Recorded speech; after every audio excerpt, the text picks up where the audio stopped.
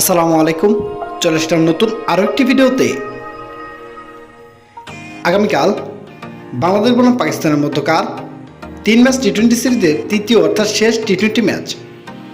এর আগে দ্বিতীয় টি-20 ম্যাচে পাকিস্তানকে 8 রানে হারিয়ে সিরিজ জেতে টাইগাররা।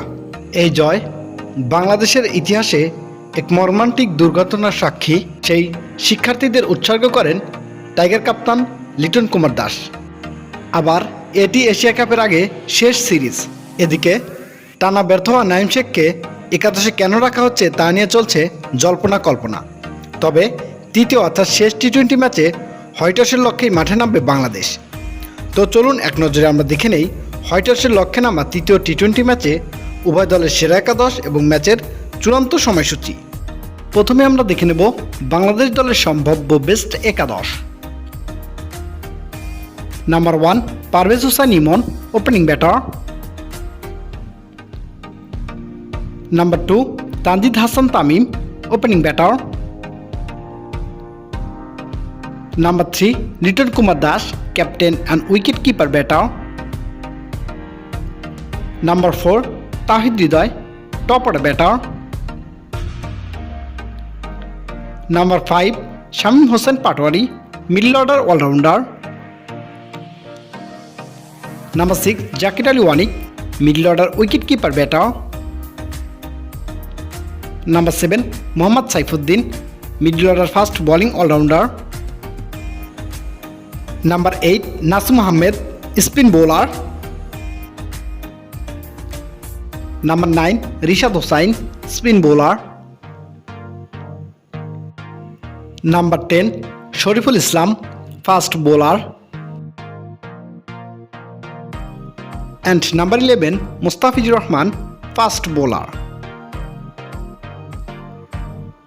এবার আমরা দেখে নেব পাকিস্তান দলের সম্ভাব্য বেস্ট একাদশ।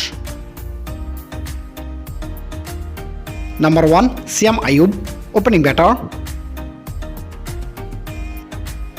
Number 2 Fakhar Zaman, opening batter. Number 3 Mohammad Haris, wicket keeper batter.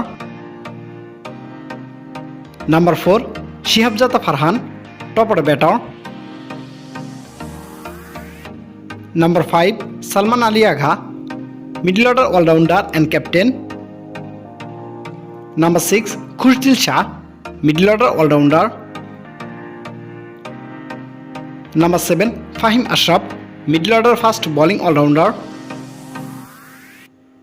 Number 8 Naseem Shah, fast bowler. Number 9 Hasan Ali, fast bowler.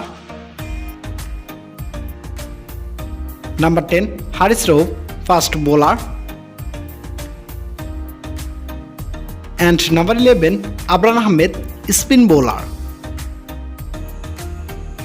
সর্বশেষ আমরা দেখে নেব বাংলাদেশ বনাম পাকিস্তানের মধ্যকার পরবর্তী তৃতীয় অর্থাৎ শেষ টি-20 ম্যাচের সময়সূচি এবং ভেন্যু।